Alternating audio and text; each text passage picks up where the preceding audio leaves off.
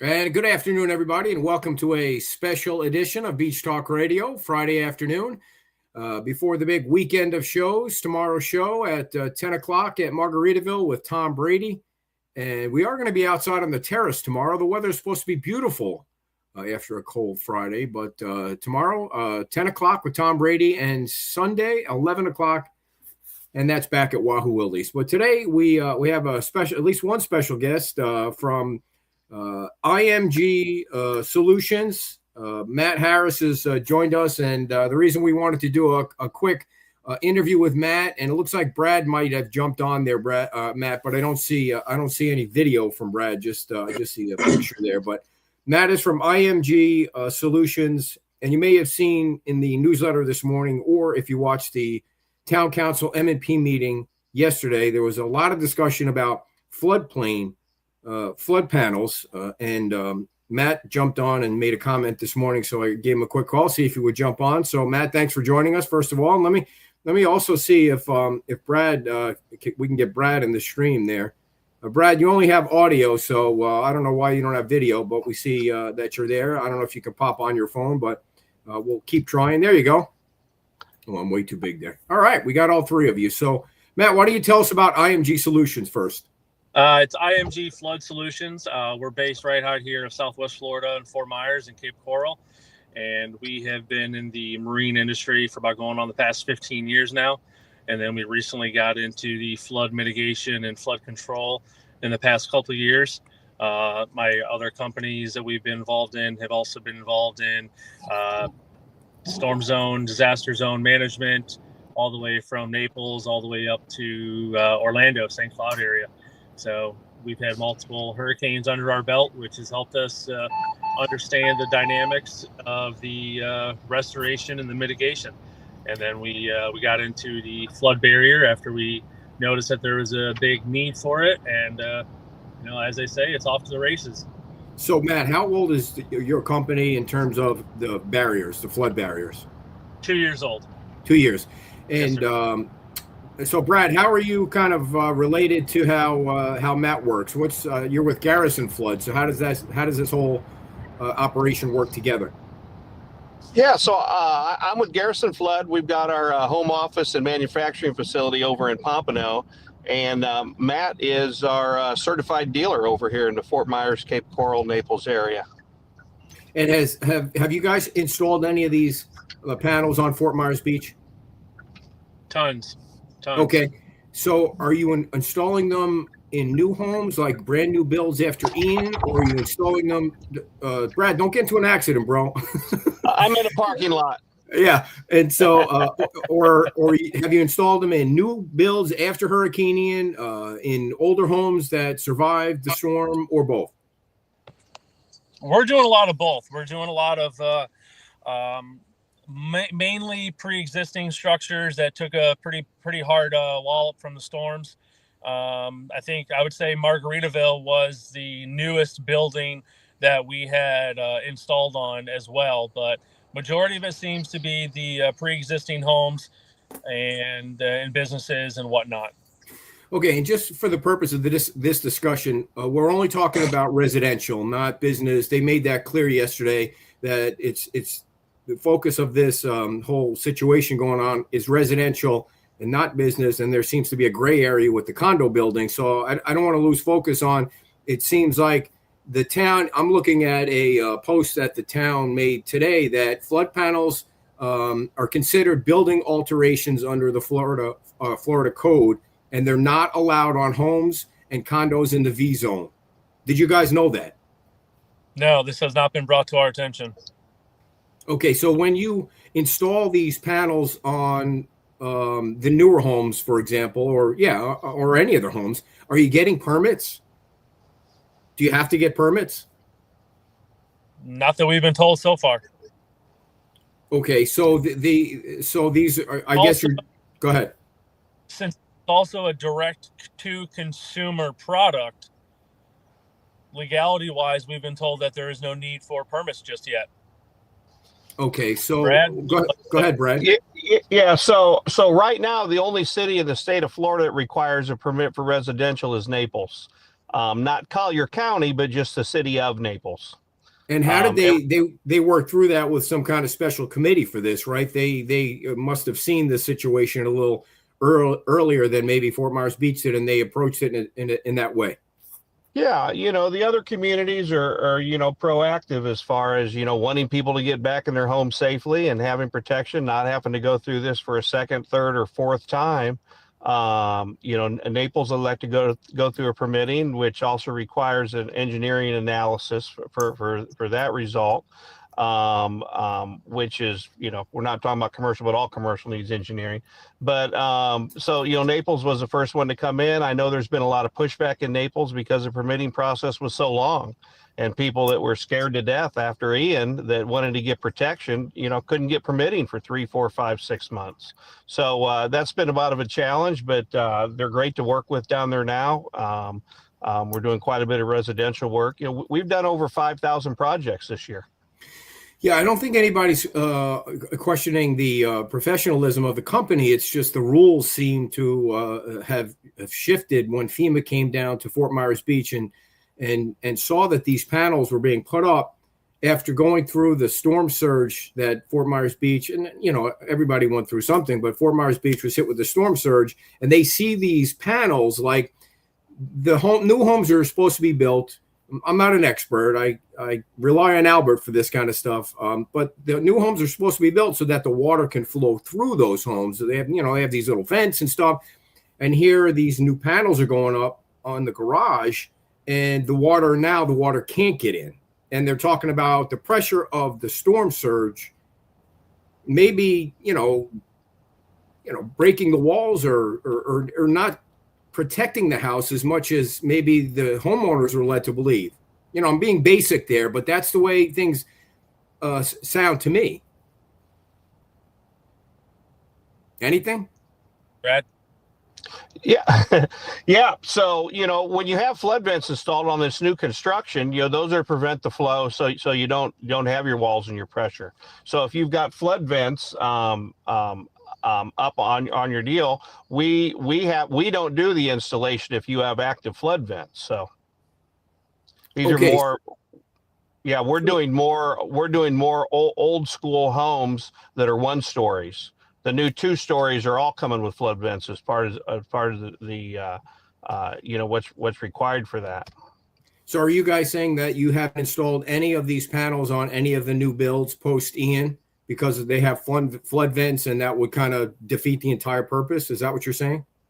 Yeah, I mean, I'm not on the install side of things, but I'm not aware of any that have active flood vents. Yeah, Matt, I can't either. Like I said, most of our homes that we've done are the older first floor homes as well, and also, Ed, you also got to remember that there's we can go into this later, but there's a lot of other direct consumers and copycats, and some homeowners are putting these up themselves. So, a brand new home could have flood vents, and they've installed them themselves, and that's out of our purview. We don't know that.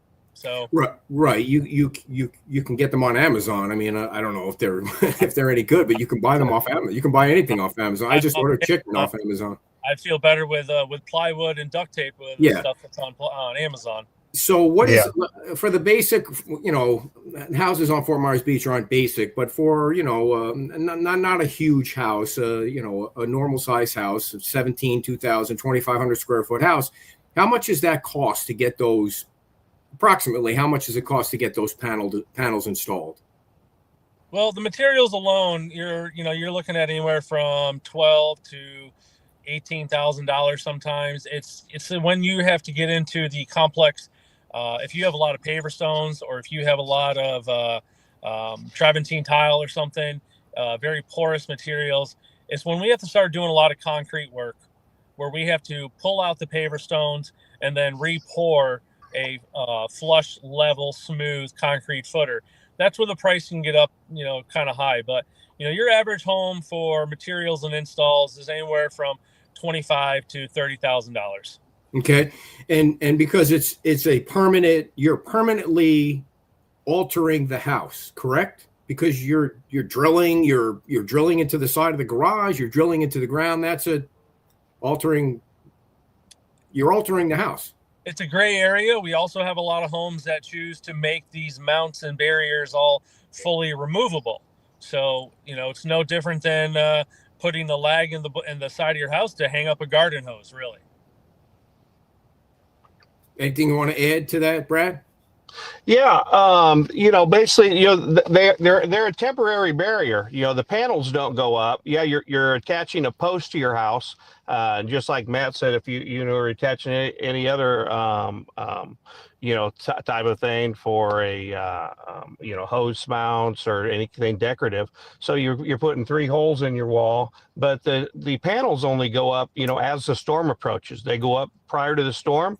They come down. Most of your openings, like a front door, it only takes you 5 minutes to put your panels in, and when the storm surge recedes, you take your panels down. So let's say somehow the water gets over, the storm surge is so high, the water gets over the panel. Now it breaks the garage down, or somehow it gets in the garage. I watched the video this morning about the water got in and it's got no way to get out. And it exploded the concrete on the floor of the garage. I mean, what happens what happens if that happens? Is it guaranteed or warranted somehow? I mean, after that, who the hell cares if the person's house is exploding or whatever's happening there? But I mean, water can get in with a storm surge of 18 feet. Yes, very true. And there's a lot of homes, Ed, that I've turned down work as well. I've talked to the customer. I was like, hey, my number one question when I get onto a person's property is, what did we take here? What did Ian and Helene and Milton bring in? And then we talk about the different depths and the different heights and stuff. And, if a customer says, oh, well, I only want to do, a 45-inch height barrier. I was like, well, sir, you took 7 feet here. You took 9 feet here. Oh, I don't care. This is what I want to do. I'm like, well, I'm sorry. Then I will politely pass on this because, there's a lot of times that we don't want that to happen. It's, another thing we tell, and Brad will agree with this. We plan and build for the worst and hope for the best. Ed, that viral video you were talking about, I think that was up in the Tampa area, if I remember right, something like that. Yeah. I don't know. I don't know who the company was. It wasn't one of our jobs. We have to look at the foundation as part of our analysis before we, commit to doing a house. They might have had a 4-inch slab. It might not have been reinforced. It's hard to say, it was their foundation that gave away. Not necessarily it might not have necessarily been because of the flood panel either. It just could have crumbled based on the hydrostatic and dynamic pressure of the hurricane. Sure. So, it not necessarily was the fault of the, and also, you got, who put it in, who installed it, factors. So, right. That's not something we've ever seen in person. So let me show you this picture. Can you guys see that picture? Yes, sir. I don't know if that's one of yours or not. I mean, can you tell by just looking at the picture? I'd need a little bit more zoomed in or an address, but yeah, okay. I don't know. It's one of the ones that was in the town's portal, and the only reason I pulled it down was because now these folks are all getting code violations from the town because FEMA came in and said, you can't have these. This doesn't meet floodplain regulations. Is what they're telling the folks, and they're all going to get code violations. Nobody's allowed to put these up in the town of Fort Myers Beach anymore. They're going to get either code violations, or if there were any permits that were issued, those permits are going to be revoked. I mean, how do you guys deal with that? What do you say to people if they start calling you and saying, hey, we should have never done this? Or, I mean, if that's like $30,000-$40,000 that they're going to have to eat. Because I know you guys didn't know. Apparently they didn't know. I don't even think the town knew. Yeah. So Ed, did the beach get a letter from FEMA? Is that what happened? Well, just to recap real quick. Yesterday, the town had a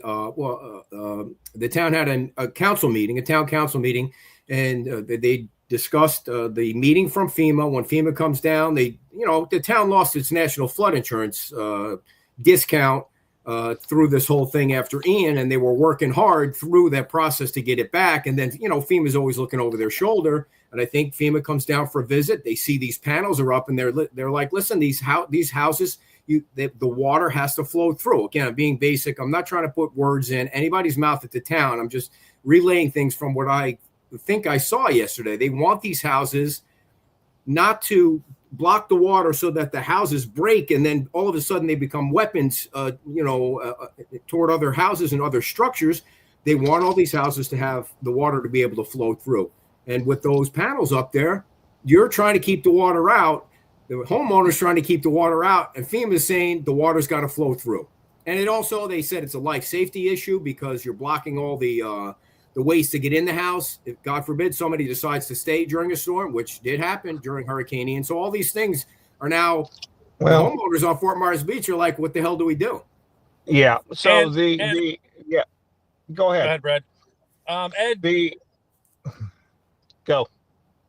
I think what we're noticing a lot of is in the same regard that a lot of these homeowners are fed up. They're fed up with what they're allowed to do, how they're allowed to do it, when they're allowed to do it.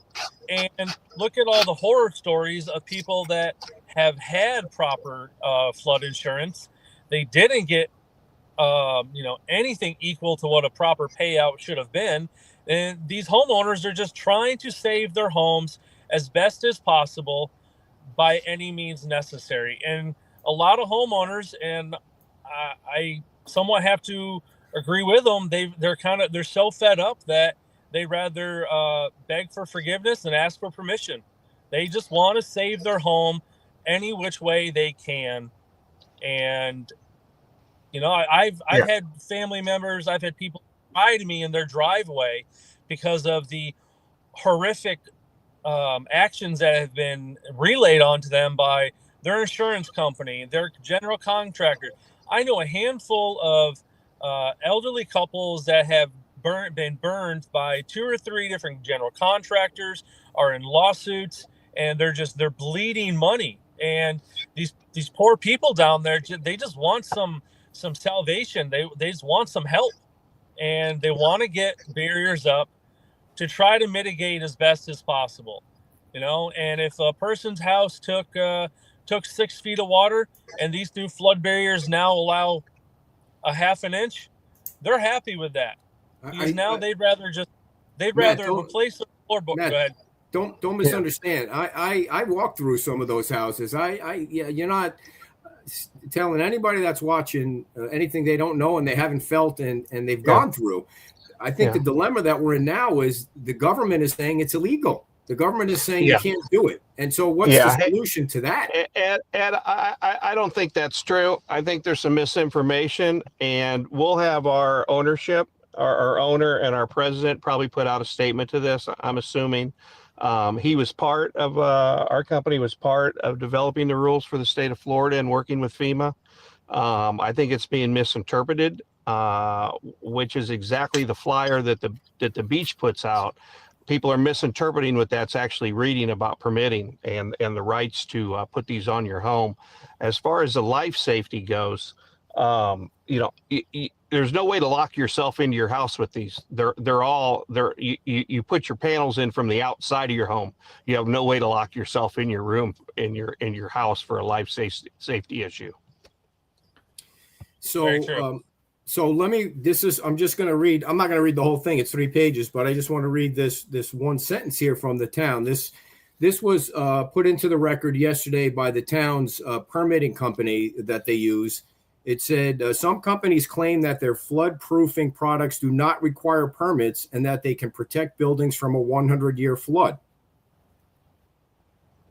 They said that's misinformation. That's misleading. Yeah. Anybody that says they can protect the building from a 100-year flood is misspeaking. We don't tell people that. But it says, what about the first part? It says that do not require permits. Oh, well, it depends.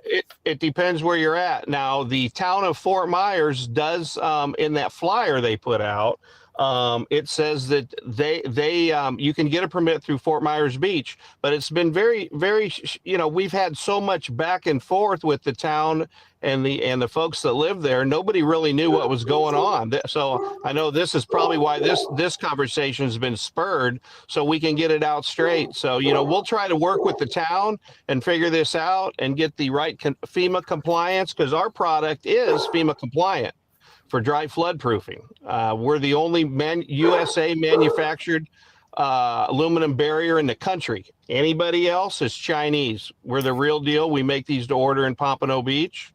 And it's important that we are a FEMA compliant dry flood proofing, and we'll research this over the next few days, over the weekend. I'm sure we'll have some type of statement and get this thing worked out so people can get their houses protected.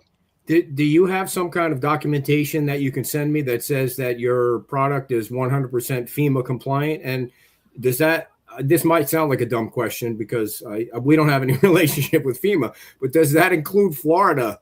I mean, Florida and barrier islands, or is it just a blanket? You can make them anywhere for any house.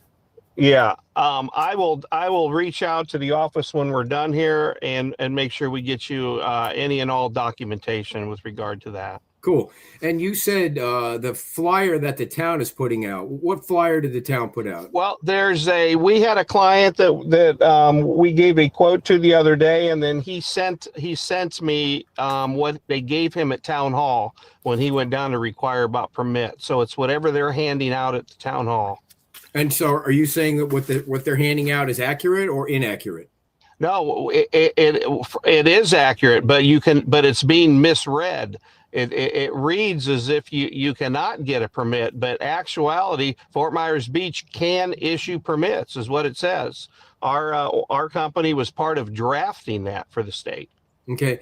The post that the town made this morning said flood panels are considered building alterations under Florida code. They are not allowed on homes and condos in the V and coastal A zones.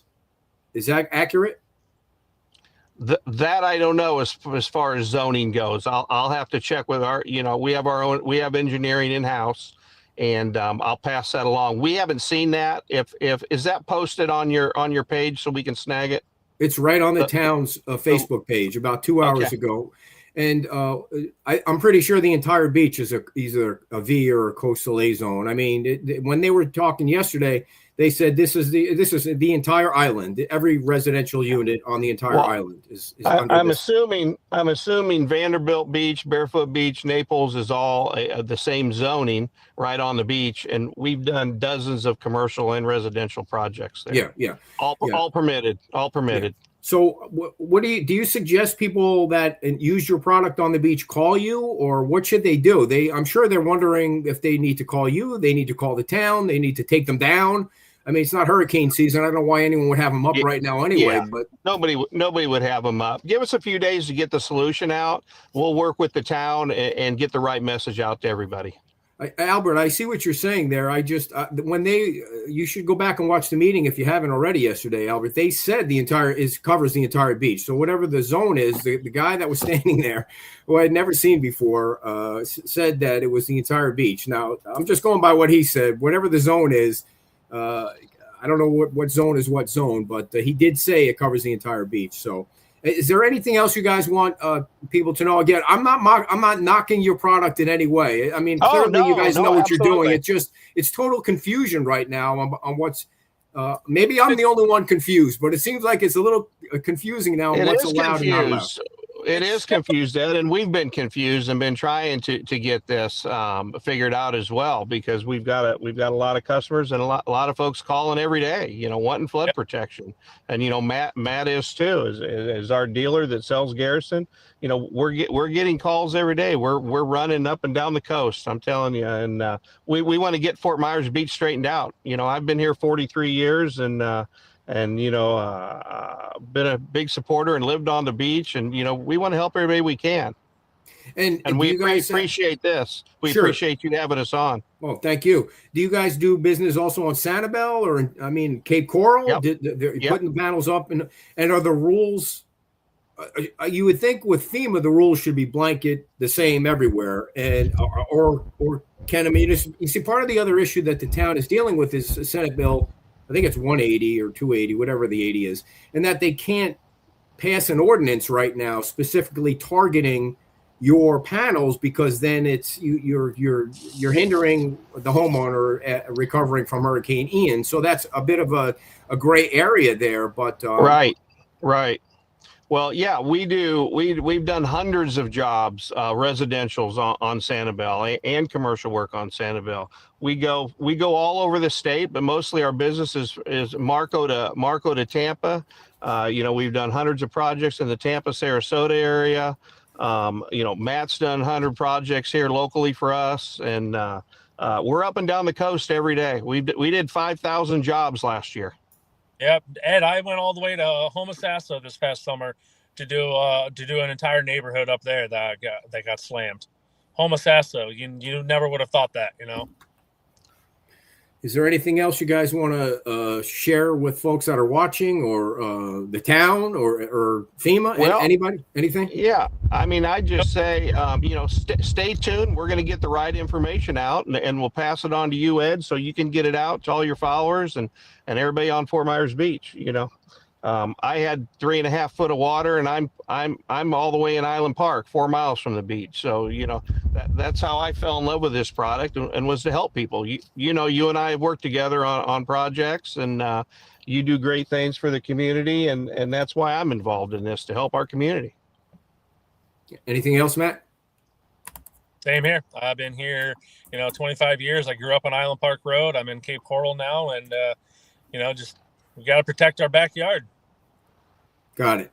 All right, guys. Well, thanks very much, Brad and Matt, and I'm sure we'll be talking again. And I know the town is probably watching, so they're going to let us know what they think. They want to respond, or I don't even know if respond is the right word, but just to make sure that everybody on the beach is doing the right thing and saving their property, their biggest investment. So that's all everybody wants. Yeah. We'll get it straightened out, I'm sure. One more thing, Ed, this is still a relatively new product. And I think you have these same issues come up with any new product.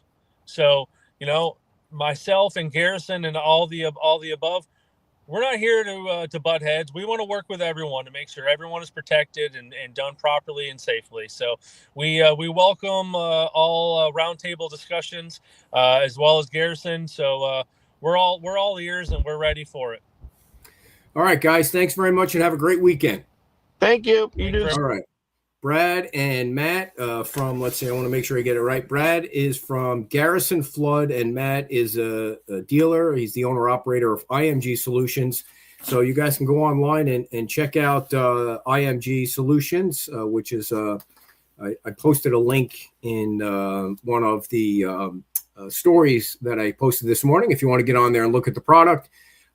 Also, make sure that you're following the town's Facebook page and calling the town and getting all the rules and updated rules, so that you're not spending a lot of money for which clearly a good product, but you're not really sure at this point if you're allowed to have that product. So I appreciate Brad and Matt coming on, and we'll keep you guys up to date on all this. Once again, the show tomorrow at 10 o'clock with Tom Brady, town council candidate, will be at 10 o'clock, and it will be on the terrace, because it's supposed to be 65 and sunny tomorrow. So we will be back on the terrace tomorrow. And then Sunday, back with the mayor at Wahoo Willie's. And I'm sure this is a topic that we're going to have a topic of discussion on Sunday. So thank you all, and have a great weekend. Stay warm.